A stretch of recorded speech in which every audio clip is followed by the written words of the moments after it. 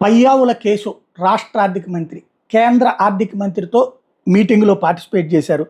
ఏదైతే బడ్జెట్కి సంబంధించినటువంటి ప్రీ బడ్జెట్ మీటింగ్లో అందులో రాష్ట్ర ఆర్థిక పునర్నిర్మాణానికి స్టేట్ డెవలప్మెంట్ అసిస్టెన్స్ రాష్ట్రాభివృద్ధికి సహాయం చేయమని ప్రత్యేకించి అడిగారు.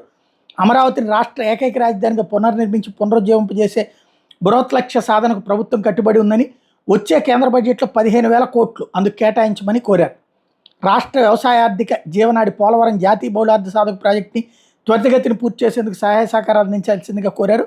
వెనుకబడిన ప్రాంతాలైన రాయలసీమ, ఉత్తరాంధ్ర, ప్రకాశం జిల్లాల సామాజిక ఆర్థిక అభివృద్ధికి ప్రత్యేక అభివృద్ధి కార్యక్రమంలో స్పెషల్ డెవలప్మెంట్ ప్రోగ్రాం కేంద్రంలో భాగంగా నిధులు ఇవ్వమని చెప్పేసి అడిగారు.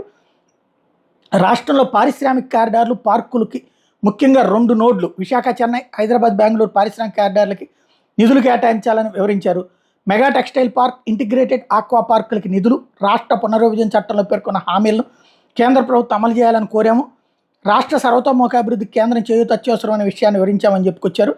ఓవరాల్గా $5 ట్రిలియన్ వైపుకి భారతదేశం వెళ్లాలని కోరుకుంటున్నటువంటి సందర్భంలో ఆంధ్రప్రదేశ్ కీలకమైనటువంటి పాత్ర పోషించేందుకు సిద్ధంగా ఉందన్నటువంటి అంశాన్ని ఈ సందర్భంగా గుర్తు చేస్తూ కావాల్సినటువంటి అడిగారు ఆయన.